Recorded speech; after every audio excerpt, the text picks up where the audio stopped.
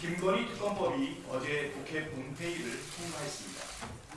지금까지 윤석열 대통령이 거부권을 행사한 게 무려 24번이나 됩니다. 아무리 생각해도 비정상입니다. 언제부터 대통령이 거부권 행사가 변수가 아닌 상수가 됐습니까? 이게 정상적인 나라입니까? 이승만 정권을 제외하고 역대 어느 정권도 이렇게 거부권을 남발하지 않았습니다.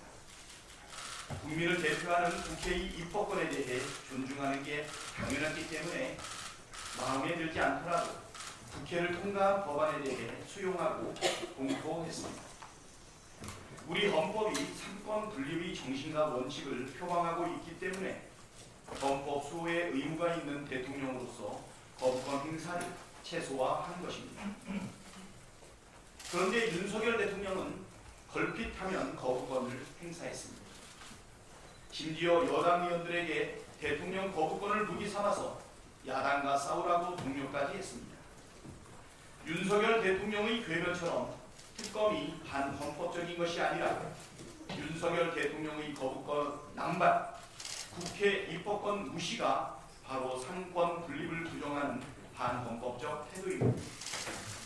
우리 국민께서는 윤석열 대통령이 거짓말을 동원하면서까지 김건희 특검을 극구 거부하는 이유를 빤히 꿰뚫어 보고 계십니다. 윤석열 대통령 스스로 말한 것처럼 본인이 죄를 지었기 때문입니까? 김건희 여사와 윤석열 대통령이 떳떳하다면 왜 거부하겠습니까? 국민의힘이 특검법을 반대하는 이유도 뻔합니다.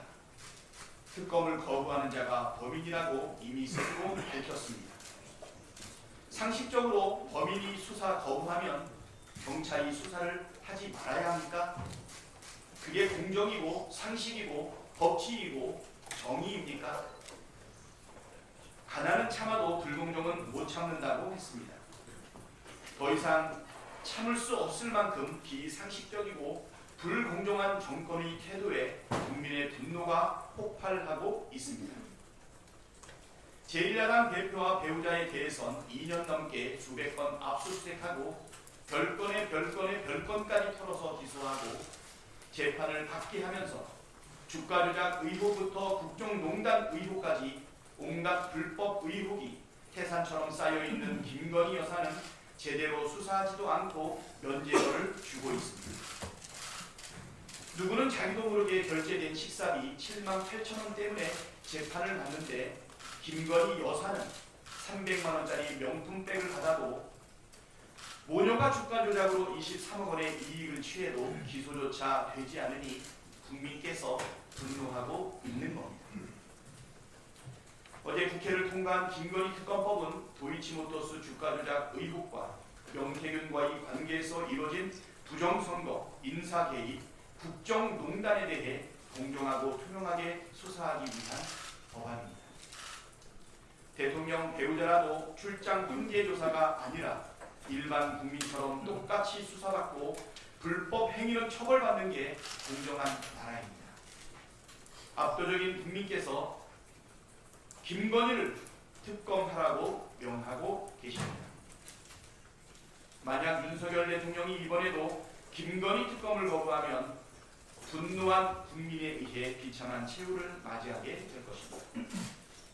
천공도, 명태균도, 주술도 김건희 윤석열 대통령 부부를 지켜주지 못합니다. 윤석열 대통령은 과거 민심을 무시하고 거짓말을 일삼던 권력자들의 말로가 어땠는지 곰곰이 들어보시기를 바랍니다. 네, 다음으로 김윤석 최고